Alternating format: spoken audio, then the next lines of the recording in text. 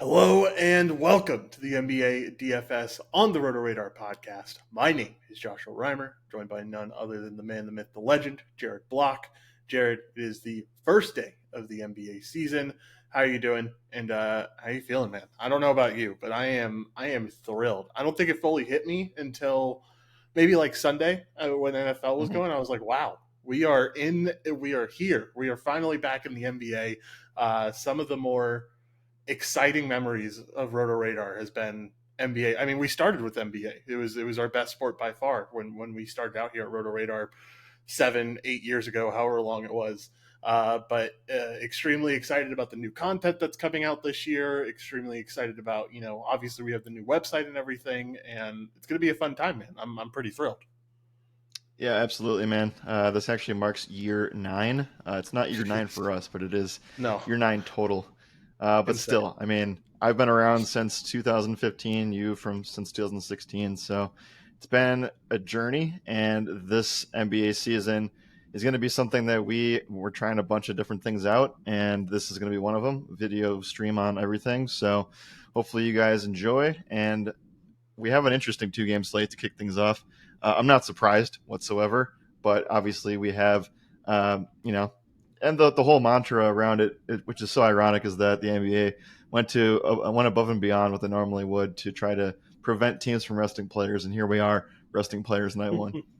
Yeah, already taken the cautious approach with a few players. It's going to be interesting to see exactly what's going to happen with these teams. We're going to be breaking it down for you right here, talking about the DFS side of things on FanDuel and DraftKings, and also the Pick'em side of things with PrizePicks and Underdog Fantasy as well. We are excited to do so.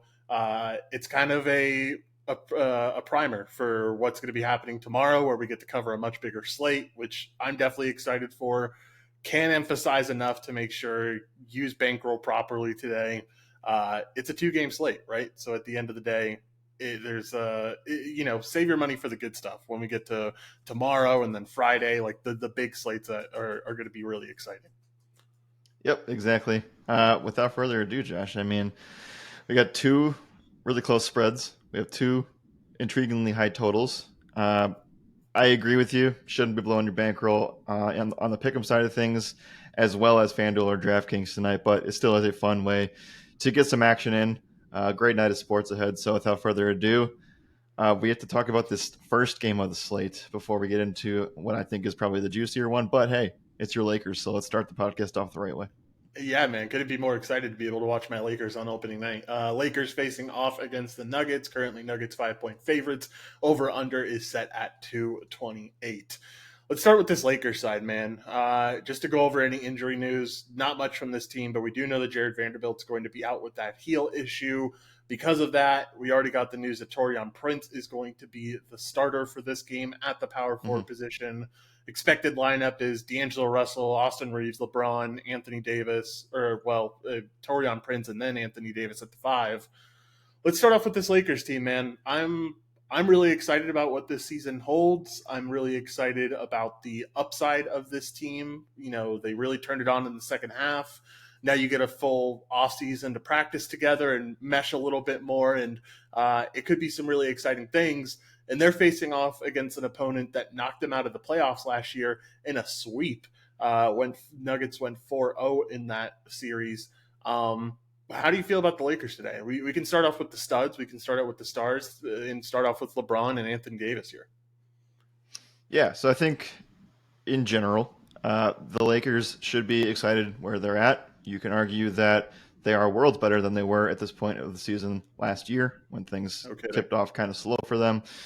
They basically rebuilt their roster from February and made some nice adjustments in the offseason. So they're ready to run things back for Brown's 21st season. I don't know. There's not much to say other than that. I think that the West is incredibly difficult to decipher and get through. But I think at the end of the day, if everything goes correctly and they stay healthy, which is obviously the most important thing for those 2 stars, they'll be right in the thick of it. I think that what we saw last year was a little bit of our roster isn't good enough to compete early on. Let's make some moves. And obviously the health of Anthony Davis and both of those things were changed now. So on a slate like this tonight, I think that the opportunity for them is actually not as good in cash versus a top plays kind of argument. Like I think just for those listening, we are going to discuss things from a cash game angle most of the time, meaning we're going to talk about the top plays in the best light. I don't think that either of these guys are top plays today, considering what you have on the other side of this game, as well as the other game in general later today.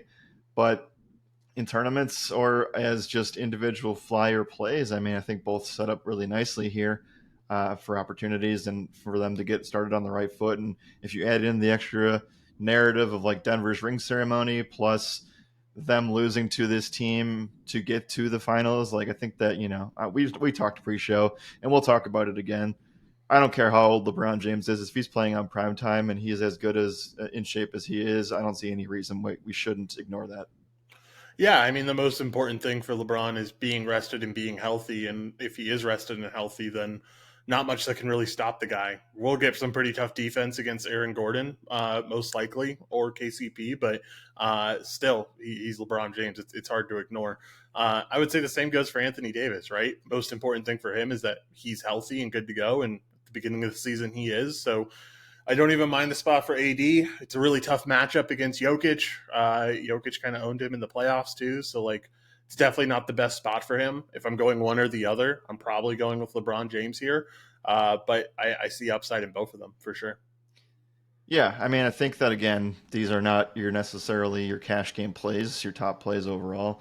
I know we'll talk about for those that are new to the show or didn't watch us during MLB, we will break these games down from a fantasy perspective, a DFS perspective on FanDuel and DraftKings first, and then we'll dive into the pick 'em plays on Underdog, PrizePicks, sleeper picks, etc. So I think we'll talk about them in a different light when we get to actual pick 'em selections. Uh, but again, I think that on this slate, there are just, well, I'll put it very simply for you. There are four teams playing, and the Lakers are the most healthy. So Yeah. outside of the Vanderbilt stuff, which you said, I mean, Prince, I think, is a fine cash game play. Other than that, I don't think you need to really go out of your way to necessarily play them. Yeah, I will say one last guy that I know both of us have interest in and both of us talked about pretty extensively before we got on the show today. I think D'Angelo Russell isn't a must, but gets pretty close to it when you consider how weak the point guard position is. We Yeah. don't really know how the Chris Paul experiment is going to go with this Warriors team, which makes things kind of iffy on that front. Though I'll talk about why I do like some of his pick'em selections and some other things for him later on. It's just this point guard position is really weak today. You don't have a lot of options. I think Jamal Murray on the other side is a great one, but after that, you're left kind of in the dust. You can Right. go Curry, but really expensive. Not sure if it's worth the pay up. Already mentioned Chris Paul. Then you have D'Angelo Russell, and then you have a huge gap between, I think, skill level set between Russell, and then you go to Vincent and Corey Joseph and Jordan Goodwin, and it's just not the same. So Right. D'Angelo Russell is a guy that feels like a cash game option today, just because of the weakness of this point guard position. But it's just an option as of right now. Definitely not a must. Right. So you know the Lakers. You've studied their moves and stuff all season. Watched camp, watched preseason. Where does Gabe Vincent slot into the mix for you tonight? Maybe not even in a tonight conversation, but where does this go in the first couple months of the year? Yeah, I think it's someone who provides a little bit of ball handling to that second team. Is a guy who will be used more as a defender than anything else. You got to remember Mhm. that they have Rui Hachimura coming off of the bench, who is probably going to be their predominant six man, their main scorer off the bench. They also have Christian Wood coming off the bench, so it's another guy that's going to be taking up a lot of shots, most likely. Um, Right. I don't think Gabe Vincent necessarily fits in a role where I feel comfortable with playing him. Like I think 20 to 25 minutes is probably where I would project things for him. And if that's the case, it's probably not enough to pay off at 5,200. I think he could be not that much of a stat stuffer. Kind of similar to what we saw when he started with the Heat, right? Where like it wasn't, he was a really good price tag, don't get me wrong, but it never really provided the upside that you needed. Yeah, I mean, would it? We've been talking FanDuel specifically. I still don't think you need to go out of your way to go too far. I mean, Torian Prince is almost minimum price on DraftKings at 3,500. He fills a forward spot or a small forward that you can make work pretty easily. Uh, I just say it because Gabe Vincent's 4,500. again, I would take Prince at $1,000 cheaper, and we know that he's going to start, etc. I think that that is the way you go with this. But any DraftKings price tags stick out to you? I think that, again, I'm probably on the side of not touching anything here, but it is intriguing to say Anthony Davis is 8,900. Like, when's the last time we saw him under 9K on a main slate? Yeah, that's exactly what I was about to say, right? He's 1,000 more on FanDuel compared to LeBron, and you move over to Yeah. DraftKings and he's 400 less. It feels like a spot that feels feasible, feels like something that you can go to. I definitely don't mind it if you're looking for a pivot off of some of the higher end stuff that we're going to look at in the next game and even on this Denver side. But I think that's it. I don't think there's much else that stands out. Like you said, I think the play with Torian Prince is really, really solid at 3,500. Most likely going to be the starter. I think he gets around 25 minutes, but I think he's going to have a ton of opportunities. So I like the Torian Prince side. I think everyone's kind of priced up here, honestly. Like all these secondary role players, like Rui, not Torian Prince. I guess he's the exception. Christian Wood, Austin Reeves. I think they're all guys that I'd rather just end up playing on FanDuel instead. They're all pretty priced up on DraftKings. Yeah, yeah, makes sense. Again, I think if you're playing tournaments, this Lakers team could be an interesting team to have some leverage on. But from a cash game perspective, top play is just not something that necessarily sticks out. Again, the Anthony Davis spot is a bit more intriguing on DK. But again, I think we'll talk about Jokic on the other side. Maybe we just do that right now. Anything you want to bring up for the Lakers before we do pick'ems later? No. Let's talk about this Nugget side, which is really solid. You know, at home, you have the ring ceremony. Obviously, a lot going for this team. Looking to do well again this year. I think from a DFS perspective, the guy that I'm interested in the most is going to be Jamal Murray. I Mm-hmm. think that the Lakers are going to do a really good job this year of kind of just stuffing the inside. Like you obviously have a healthy AD, but you also have Christian Wood, you have Jackson Hayes. They have a lot of big men that are able to rotate in. And so, not to say that I don't like the Jokic play. I think it is solid and I think it is good. But like if I'm deciding between Murray and Jokic, I think I'm going Murray, man. I think I'm going up against D'Angelo Russell here, and I feel much better about the matchup there. And even if he ends up getting Austin Reeves, I feel better about the matchup. I mean, you got to remember Jamal Murray torched this team in the postseason. He was a big reason why they ended up winning that series 4-0. So really like this Jamal Murray spot. I feel like that's a spot that sticks out the most to me. Yeah, it certainly does. Very underpriced on DraftKings at 7,500. He on a weak point guard position. You just need to find the money to go get there, and you should have it. It's not going to be too hard to build things with money today. Actually, spent a lot of time having a lot of money before some more news came out earlier today. Yeah. So on FanDuel, agree with you. Like it's kind of tough to see him closer to 9K, but he has been playing like it or did during that playoff run. So you look at it cross positionally. We talk about it on NFL a lot, but we're going to be talking about it a lot more in the NBA season. Cross positional plays, discounts, etc. Joker is $2,700 more expensive than Murray on FanDuel, and I think that you have maybe not the same floor necessarily, because I think Joker's floor is closer to that 50 mark and Murray's probably closer to that 35 mark. But if you take a look at just point per dollar, I think that you can feel pretty good about your Murray stuff. And more importantly, it's two major things there too. It's one, positional scarcity, and two, I think the main argument that I want to just have is what you already alluded to, and that this is how you attack the Lakers. This is how you beat them. And I think Yeah. Joker can do so in his own way just because he is a unicorn. But I do think that when push comes to shove, I'd rather take Jamal Murray against D'Angelo Russell, Gabe Vincent than I would take Joker against AD.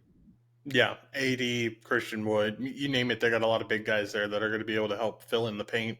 Yeah, I really like the spot, man. I think the Jamal Murray way is the way to go.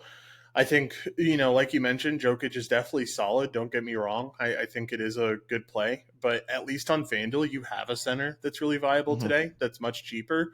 On DraftKings, you can definitely make the conversation of playing Jokic and playing that center, who we'll get to in the next game. Yeah. But I think on FanDuel, you kind of have it locked in that Murray's going to be your guy. Let's talk about some other options here. I feel like there's only one guy that's really viable, and it's probably going to end up being Michael Porter Jr. Coming off of a high ankle sprain that in training camp, It made him miss the whole preseason, but they said he's good to go. He is going to be Mhm. playing today. I worry a little bit about the rust factor, considering the fact that he's coming off of this. He's coming off of this injury. I don't think he got a preseason game in, so that's definitely a concern. But again, we kind of already talked about it, right? How do you get to this Lakers team? It's with 3-point shooting, and Michael Porter, one of the best shooters in the league. I think Yeah. this Porter spot is really solid, especially for the price tag you're getting him at 6K on a 2-game slate. Yeah, we talk about, and finally, I don't have to talk about this anymore from a Bucks angle, but Darvin Ham, coach of the Lakers from Bud's system. What did Bud do all the time? He let teams shoot the opposing three. And so Yeah. there's going to be a full thing this year, just like it was last year. And Porter, I think, will be just fine here. And he said he's going to play, and he wouldn't miss it for the world, is what he said in the quote this week. So, yeah, I'm a little bit worried about rust factor here, but it is a Michael Porter play at 6K, where I know that we'll spend a lot of time talking about wing players for Phoenix, but I don't really see many guys that I would want to play in this position that's at that price tag. Yeah, the mid-range small forwards and shooting guards are It's okay, disgusting. but yeah, I It's mean very it's a disgusting. 2-game slate. Like you can't expect a Yeah, lot out of it, of course, but I think at the end of the day, like if you're taking these guards and small forwards that are 6K between 6K and 8K, I think Michael Porter is second on that list. I think there's one guy that we'll talk about in the next game that we like a lot sure. more and we feel really excited about today. But Michael Porter definitely makes the top. He's a better play than Reeves. He's a better play than Wiggins. And I think the upside is certainly there. Again, that rust factor is the only thing that concerns me with this play. Right. Last thing here. I was on the floor side of this minutes conversation for Michael Porter. I guess it's unclear even. I know that they said that he'll play. Are we concerned that he might not start? Because that would certainly change the narrative It, there. it would certainly change a lot, man. If he doesn't end up starting, it elevates Murray a ton. It elevates Jokic a ton. A guy that we haven't talked about in Aaron Gordon, he gets some elevated stuff as well. So Hmm. it'd be really interesting to see if he doesn't start. I imagine he does. It might just mean limited minutes, taken out of the game early. Might see him between 25 and 30 instead of 30 and 35. Yeah, would also be fun tournament plays if that were to be the case. Only if that were to be the case for KCP against his old team and Justin Holiday. I would think that more so on the KCP side of things. But anyway, again, another 3-point shooter that could hit that Lakers team pretty hard. So uh, anyway, back to the Porter stuff, and then we can move on to pick'ems. I think that I right now I'm just being very cautious with Porter, and I said a 20-minute floor should be a thing. I think he gets closer to 25 to 28 minutes, and if he's over 28, then this plays a lock and load, really, really good option. Yeah, I would agree. I'm right there with you. I think there's definitely a floor of minutes here that is somewhat concerning, but I think the median projection here is solid. Okay, let's go ahead and talk about pick'ems if you got anything else. I guess the last thing I'll say, and this is going to be a conversation for the whole podcast, you're going to hear us say a lot that players are underpriced on DraftKings. They basically just nuked the whole slate and said, here, play whoever you want. So Mm-hmm. Joker is 10K. That's going to be the lowest you'll see him all season. So you should play him tonight Yeah, there. yeah, he will be 12K before long. I can almost guarantee it. All right, let's get over to pick'em stuff. Let's start with this Lakers team, Jared. For me, we man, you have a lot of props here. Prize Mm-hmm. picks flooded the board. um, I think that this LeBron James spot is really solid. I think you can feel pretty good about 38 and a half PRA. I think you can feel pretty good about him trying to get going early. I like this 4 points in 6 minutes, honestly. I think that's really solid for him. I see upside with the LeBron James spot. I would probably stay away from the Anthony Davis stuff. And I think that's it. I don't think there's anyone else here that I really want to get exposure to. Yeah, I think I have one strong play on both sides, maybe two. I want to make sure that I give our members somewhat of an edge and keep some of that stuff off the paywall or on the paywall, I should say. But if we get a spot where we're right on LeBron getting up for this game, having the narrative of primetime stuff, and more importantly, And this, I don't know how many times this has happened, but I'm sure it's happened at least once, where he has been on the receiving end of being the away team on the ring ceremony night. Um, I would be shocked if it was the first time. So Yeah. anyway, I still think that's a real narrative for him. I think that he gets up for this game and they try to beat the Nuggets and start their season off the right way. If that's the case, he will be involved on every asset uh, of the game, and more importantly, he will crash boards harder than he normally would in in a Hmm. regular season game that doesn't matter as much. So I am personally on the over of 14 and a half rebounds assists for LeBron. This is a number that he cleared in 4 games during the Denver series in May, and he only cleared it 1 time in the regular season out of 3 matchups. One of those being the game 1 of their season last year. Yep, for sure. Anything else on this Lakers side? If not, let's talk about the other side with the Nuggets. No, have one specific side, but I don't have any interest in Joker stuff today. I know that's been a big thing for people to take a look at. There will be plenty of times to play Joker in better matchups.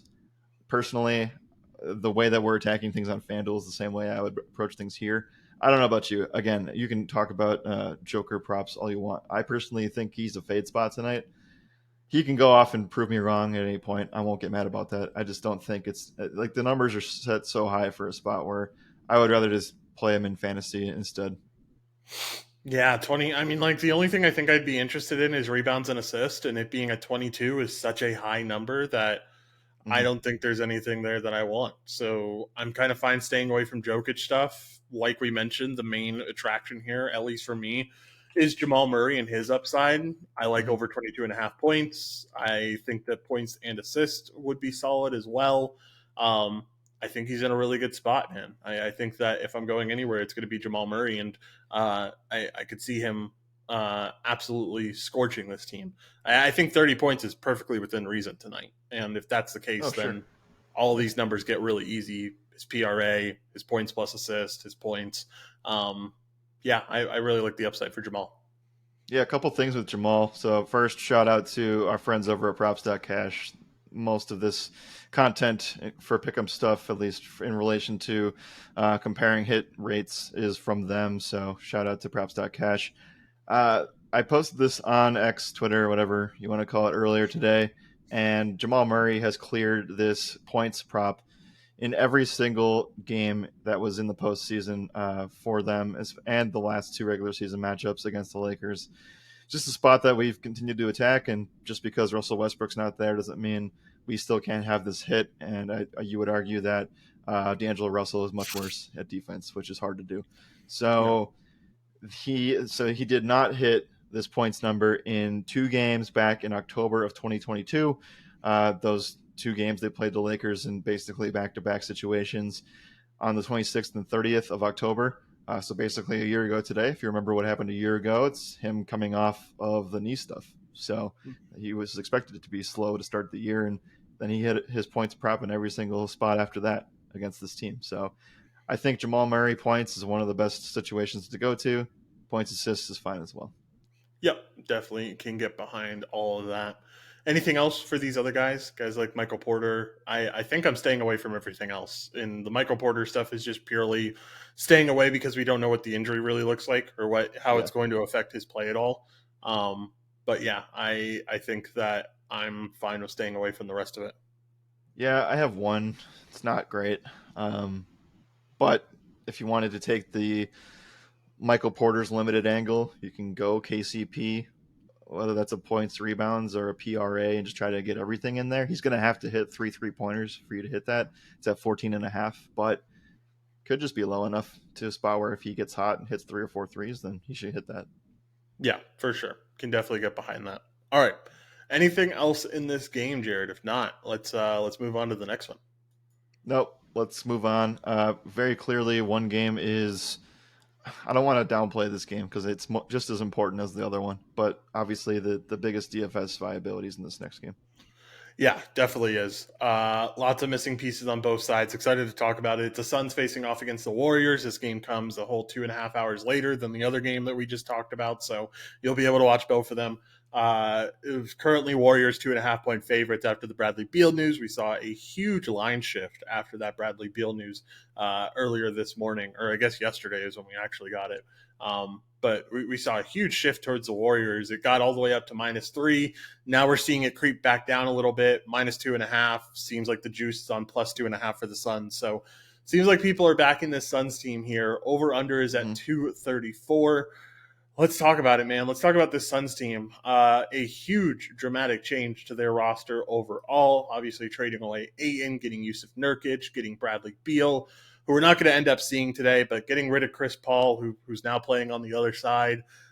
This is going to be a fun one, man. This is going to be a really good game, and I'm excited to see what a hopefully full season of Kevin Durant and Devin Booker looks like. And I think there's a ton of upside here without one of your main guys in Bradley Beal, who probably I would expect to have anywhere from a 20 to 25% usage rate all season, now ends up being in a spot where all that usage is going to go to Booker and Durant. And now that they don't really have that many secondary pieces anymore, both of these guys look like they're in prime spots to do really well against this Warriors team. Yeah. I mean, I think that some people are backing Devin Booker being healthier than his 50-50 status says, which if he's going to go, then I feel like he's probably closer to not being 50-50 and more like 75-25. But anyway, like I think that, yeah, the guys are primed to be in a spot to take on a Golden State Warriors team that we know potentially gets a little bit less defensive minded with no Draymond Green, with CP3 coming in to play in this spot, and them having to play some additional pieces without Draymond out there. So I do think that you got to do what you can to try to at least get one of the studs in. We'll talk about, prioritizing. I guess let's just start there. I mean, I think you have to have one of Kevin Durant or Devin Booker.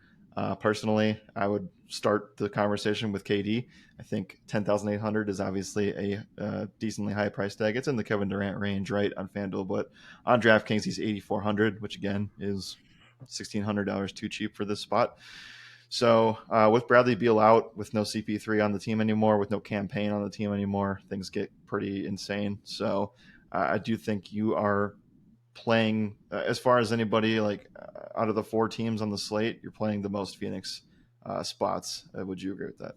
Yeah, 100%. I mean, it's a 2 game slate. You're going to have to overload on one team.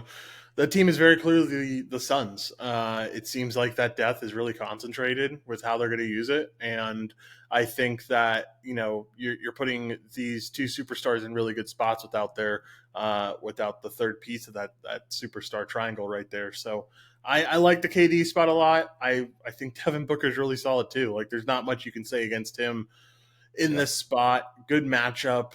He's going to have the ball in his hands. I imagine he's running the point guard position today, so lots of usage from Book.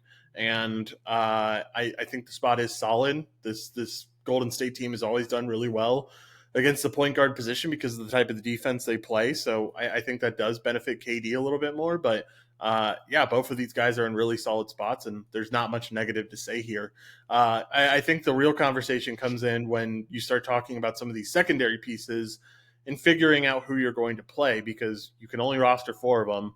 And you have quite a few guys that I think fit into things. You have Josh Okogie, who I imagine is going to get a boatload of minutes. You have Grayson Allen, who I think is going to be a main guy off the bench. Eric Gordon as well, going to be a main guy off the bench. Yusuf Nurkic is someone you have to talk about, who I imagine will get a couple more shots up without Bradley Beal there. But give me your secondary guy that you're the most excited about tonight. Well, I think that I was a bit more bullish on Eric Gordon coming in. That was when Devin Booker was a game time decision. Maybe I'm a little bit more off that, but I still think you need to target this 4K range on both sites for these Suns players. That's how you make things work this week, or today, I should say. And I think that you also need to account that Damian Lee's out, who is going to definitely reduce the amount of guys that are available to play in this spot. So I think that I would side with Okogie being number 1 in terms of the guys that are after the studs. And then I don't think Nurkic is a top play on a slate that we like Jokic and Looney, that's your key as if you're a GPP player. That's the guy that you would play. in this game Yeah. to try to get some edge there. Yusuf Nurkic would be a tournament play. That'd be really solid on the slate. He'll be one of the lower owned players at a higher price tag. But as far Yeah. as cash game plays go, Okogie, I still think I would side with Gordon over Grayson Allen. I know it's probably drawing straws, but I think that's what you have to do today. Yeah, I like all these guys. I think all three of them, Okogie, Allen, Gordon, all playable, all easy to get into your lineups today, especially with the multi-position eligibility of all these guys. Like Allen Mm-hmm. and Okogie can both be at small forward. You can put KD at power forward and make things really simple for yourself to open up the build. Um, yeah, I really like all the upside, and I think Okogie's the main cash game play. But I think Grayson Allen has a lot of upside, and so does Eric Gordon. We know Eric Gordon's a shooter at the end of the day. So yeah, Mm-hmm. just a ton of upside from all three of these guys, and all three of them are cash game playable. Yes. Do you go any farther? Drew Eubanks is on this team now. Kyle Bates Diop. You also have Nasir Little. I know there's the fringe GPP options, but maybe one of those guys steps into an 8-man or like in that 7th, 8th rotation spot. Yeah, I could see it being uh, Bates Diop or Drew Eubanks. I mean, we've already talked about a ton of wing defenders, so I'm just not really sure how Nasir Little fits into things at the end of the day. But Eubanks could, Bates Diop could. I think if I was going to go to one, it'd probably be Bates Diop, but I probably end up staying away from that in cash. The I will bring up Murray Curry. We're gonna get there, or not Murray Curry, Curry and Booker. But before we do that, I at least want to just clarify that you shouldn't be playing Jordan Goodwin or Saban Lee in cash today. And I don't No. think that even GPPs you should be playing them with Booker available. If Booker was out, we could have had a long-standing conversation on a 2-game slate about that. But you should not be playing those guards for Phoenix at that point. Now, let's talk about Curry versus Devin Booker as we go to the Golden State side now. Yeah, man, it's gonna be really interesting to see how these two match up. Curry's done pretty well in this matchup before, at home as well. This is a really solid spot for him. I don't think Booker Mm-hmm. really has the defense to contain Curry, and Booker has always had a guy who's kind of helped him when it comes to guarding the point guard position, whether it be Chris Paul or someone else. But Curry has a chance to go off tonight for sure. I think it's a great tournament play. I don't think it's a cash game play. I think you just have better guys at this price tag when it all comes down to it. But the Curry play is definitely solid. I think it is solid as well. The only reason I bring up like Booker versus Curry is because the point guard position is so terrible. What you Weak. talked about. I Yeah. mean, like, look, I think that you can play like the shooting guard. I think Booker's a tough fade on a 2-game slate, especially given the scenario that they're in right now with no Beal.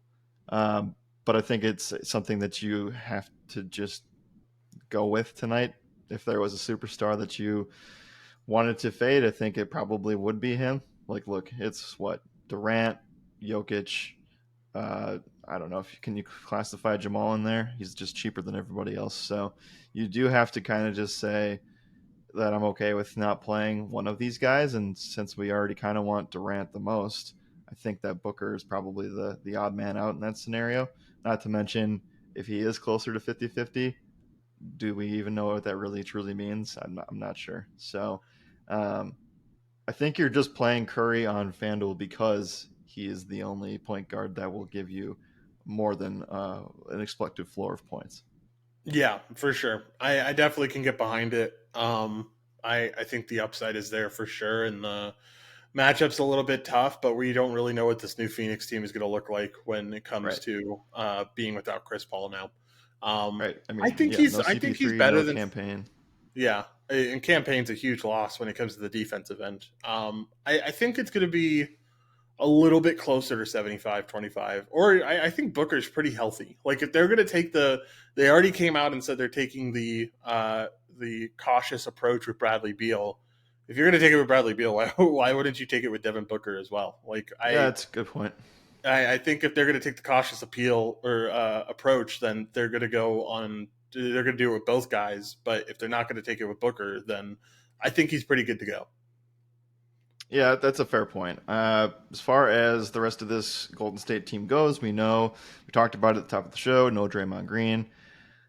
We have to kind of figure out where Chris Paul kind of fits into this. It would have been a lot tougher to figure it out if Draymond Green was healthy, but honestly, like, look, I don't think it's 100% apples to apples here, but I think that Chris Paul fits perfectly as the Draymond Green of this team tonight. Yeah, I completely agree. A guy who's going to be the main ball handler, going to help a ton with getting things going, and going to let Curry act a little bit more like the shooting guard that he is instead of the point guard. I think the Chris Paul spot's awesome in terms of getting a lot of assists. I question this price tag at 8K. We just don't know what he's going to Sure. look like in this system, but Yep. I think there's definitely some pick'em options that look really really good for Chris Paul. Outside of that, I don't know if I have that much interest in the spot. Talk about a misprice though on the CP3 stuff because he is 5,600 on DraftKings, which I think Yeah. is way more affordable and actually relevant. Still don't think you have to go there in cash, but it is something you can consider. Let's talk about Klay Thompson, who talking about price tags that are wrong. He is 6,500 on this slate, and it's on both sites. I think that on DraftKings you get the 3-point bonus. That is something that you should also consider. But on FanDuel, to fill in one of your shooting guard spots, I think he is a much nicer play, and I think that you can feel pretty good about getting exposure to this game, not playing Devin Booker, saving the couple $1,000s that Klay Thompson gives you. Yeah, it's going to be really interesting to see what defender they end up putting on Klay Thompson here because I think wrong move, and you could see him have a really, really good night in this spot. There's a Mm-hmm. reason that this Warriors team has such a high implied total, all the way up to I think 118 last time I checked it out. Yep. Um, it's because a lot of these guys are going to get put in advantageous spots without Bradley Beal on the floor, and Klay Thompson has to be one of them. Also, we got to Yep. remember something that was a theme a lot of last year, and I think continues this year. The Warriors at home are just automatic money. Like it's always Sure. been that way. Sure. That this Warriors team, when they're at home, they score more, they play better defense. All around, they are a better overall team. And I think Klay Thompson can take advantage of that. Again, Thompson's kind of similar to what we just talked about with LeBron and AD. If he's healthy and good to go, and it's early on in the season when he's rested up, he can really put on a show. And so I think 6,500 is a little bit too cheap, and I think the upside is certainly there for a big game. Yeah, I thought you were going to mention the Thompson narrative too. With Booker in, this is going to make things even more interesting. Oh, So, yeah. yeah, they I'm not going to say they hate each other. They just have internal Not beef fans. going on that dates back to last year. So, Yeah. there's definitely a big spot there. And again, I think that it just works. We'll talk about Clay more in the pick'em stuff where that is viable. But I do think that at the end of the day, on a 2-game slate, I would much rather take the $3,100 savings and go get Thompson here. Yeah, 100%. Completely agree there. Last guy that we'll talk about, or last guy that I'll talk about on this Warriors team, really like Kevon Looney. Draymond Green out. We already mentioned it. Yep. Looney's going to be in a spot where he's going to be able to get a lot of boards, going to be able to show some offensive prowess as well because of the Mm-hmm. fact that Yusuf Nurkic is that center on the other side, and Nurk isn't really that great of a defender when it's all said and done. No. So I really like this Looney spot, man. I think the spot overall is really solid, and there's certainly upside there. Yep. He's going to be able to destroy either guy on the boards, whether it's Nurk, whether it's Eubanks. I think that the spot for Looney is fantastic. He would be one of the better GPP plays if Draymond Green was in. But considering where you're getting him at the 5K range at center today, and you can play him at utility, go double center route on DraftKings, it's not going to say a no-brainer because there are ways that this could fail, obviously. But I do think that he presents a strong floor tonight. And he should play very close to 30 minutes, right? Oh, here's the question I was going to ask you. We talked about it, like somebody talked about a Nurk play in the Discord earlier, and I was just saying we don't really know what Nurk's minutes look like. I think it's better with Bradley Beal out that he gets more minutes and more run. And you can argue that as long as Nurkic is out there, that Looney's going to play the exact same amount of minutes. So what is that, 30? Yeah, I would assume so. They don't really have anyone else to kind of throw out there. Like the next option is, I guess Dario Saric would be Saric? someone. I mean, he's not playing 30 minutes or No, 25 no, minutes. no. He's not playing 30. He's playing more like I think they need to play him here, and he's probably playing like 15 to 20. Um, yeah, I think that the spot for Looney probably does result in a lot of minutes. He's a trusted guy to go out there and get a lot of rebounds, and we saw in the playoff run that he was getting more and more minutes, especially in those games where they needed a big man. And so I think the Mm-hmm. Looney spot's really good. I guess not concerned necessarily, just keeping it in the back of my head that he was dealing with an illness like a week ago, ended up Sure. playing a preseason game afterwards. So I don't think it's that big of a deal, but something to keep an eye on maybe. Something to keep an eye on further than tonight. If Draymond Green is out or if Looney misses any time, this Warriors interior is awful. Just saying. Yeah, I don't know. And Looney's it's really good. Outside the yeah, depth I'm isn't just good, saying but if Looney's out or if Draymond's out, one of the oh two, I think things could get really that you can exploit that in a multitude of ways. Like they have Saric, I wouldn't really count Rudy Gay. Usman Garuba doesn't really play many minutes, if at all. And so what else are you left with? I mean, I think they can get like they might have to go small ball for a lot of this, which I think they're planning to do. yeah, Rudy Gay got waived too, so Oh, they did he? don't even have him. Okay. It's definitely some tough times here. Man, they're really small. I didn't Right. realize how Yeah, that's small what I'm this team saying. is. Right. They're tiny. So Uh, that could maybe. I mean, like, we haven't. I guess you said that was your last guy. I at least want to just touch on Wiggins really quickly. He will be asked to play more big minutes in this spot. And I don't like it because I don't think you should be playing him against Kevin Durant. I'm just saying, like, moving forward, maybe this is a spot we have to look at a little bit closer. yeah, definitely. I think going forward, especially if you end up missing out on Looney and stuff, there's definitely some upside for Wiggins to play some big minute roles and or big man minute roles. And I think if that's the case, then you have to have interest there. But tonight's not the night to do it. Yeah. Okay. Let's talk pick'em stuff unless you want to discuss anything else related to DraftKings. No, let's move over to pick'em stuff. All right. I think that as much. I think I liked the honestly. I liked the pick'em spots a little bit better in the first game, and I think that that's kind of just the weird, ironic way of how this is going to go because I think this is the better game for FanDuel and DraftKings, but not as good for Underdog. I think that you can get some spots here. My favorite being the Klay Thompson stuff.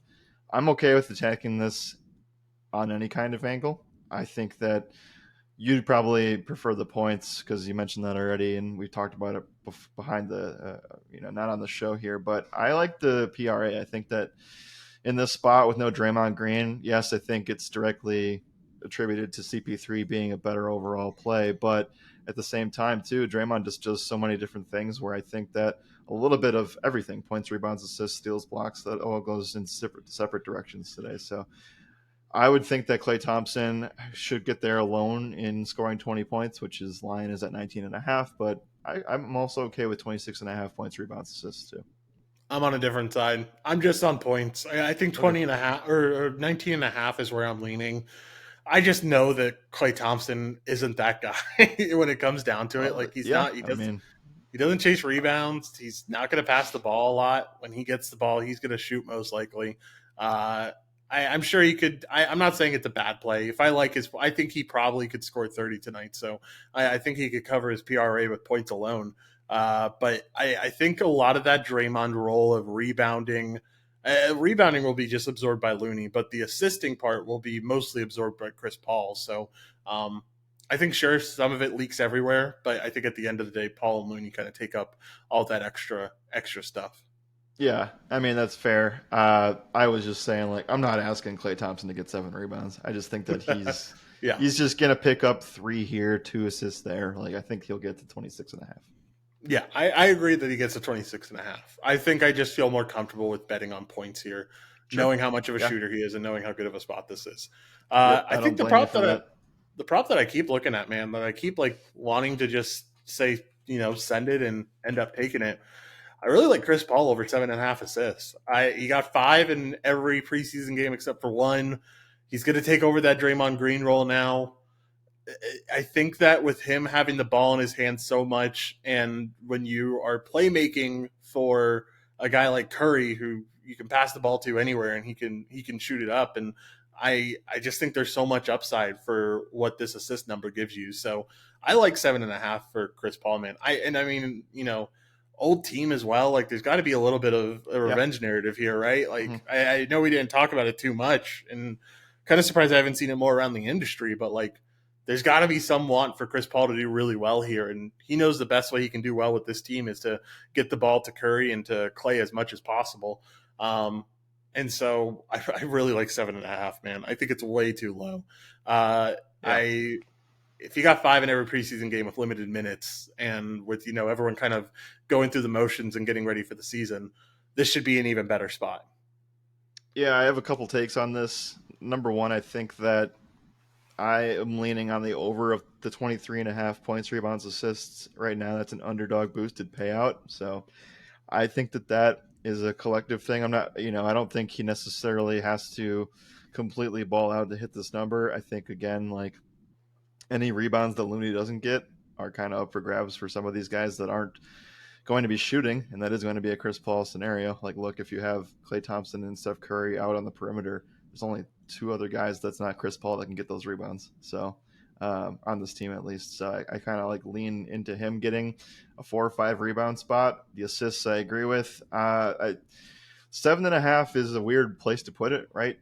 I think that we are, and this is where it's going to be a thing that I think we have edge on for a majority of the season, like taking advantage of these early markets where it's a little bit uncertain of what this is going to look like. Chris Paul hasn't played for a different team in a long time, and so you got two of the best sharpshooters that are in the game on one side of the ball here, and you also talk about the fact that this is like a whole well-rounded way of saying assists shouldn't be at 7.5. Who are they going to match up on? Like, they're going to leave somebody off here, and the Warriors will do a really good job of scheming the open guy. So I do think that like Booker's going to have to guard one of CP3 or Thompson or Curry, and then who like Josh Okogie's going to have to take one of them, and Eric Gordon's got to take another one. Grayson Allen, like they're going to switch on to somebody that's going to be open. So that's why I think like the assists are in play for Paul as well as the PRA, because I do think this actually could be an opportunity where maybe they force Chris Paul to take a couple threes and he'll knock them down open too. So um, what do you think about how is Phoenix gonna match up here? I feel like it's just not a great look. No, I think it's just going to be a hot hand scenario. Whoever's playing the best defense is going to get the guy who's scoring the most, and it's kind of going to be a revolving. It's kind of going to be a revolving door at the end of the day between all of them, Yeah, yeah, between Okogie, between Grayson, between who am I missing? Eric Gordon, between Devin. I don't think there's going to be like a pure one-on-one matchup for most of this game. I think everyone's going to get different looks, and it should make it all that much better. I mean, Golden State knows how to get their guys open, and that's the sure. biggest thing about when they have Draymond. The biggest thing is that like his playmaking allows Curry to do what he does best, and what he does best is getting off-ball movement going. He's one of the best in the NBA at it, and that's why he's been such a great player for so long. But Chris Paul allows that to elevate even more potentially, and so Mm-hmm. I think that this Paul spot's really solid. And the more I talk about it, the more I feel like I'm liking Curry too. Yeah. The last thing that I'll mention, which is kind of just an attribute in a positive way to all of what we just said, it's not like Chris Paul is Bradley Beal in this scenario. Meaning, like, one, there's no injury here. Number two, this deal happened well before, like months and months and months ago. So I think that this is a spot where you have Chris Paul, who's already played with Kerr in some fashion, whether it be Team USA or the Olympics or whatever. So I think that they're smart enough to figure it out. Whereas I don't think they're going to come in rusty. I have no worries about that, in my I opinion. would agree.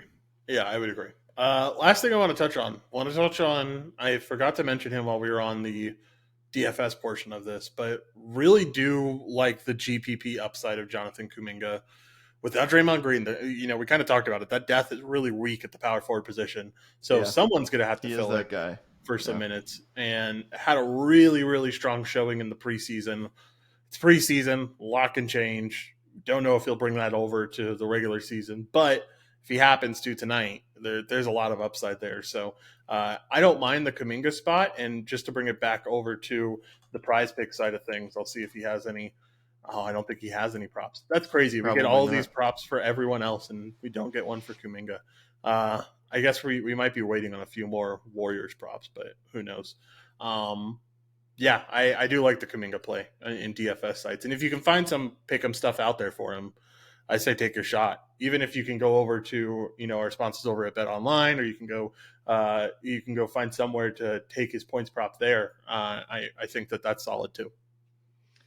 Yeah, I mean, look, I think that long term, I don't think that Dario Saric is the answer.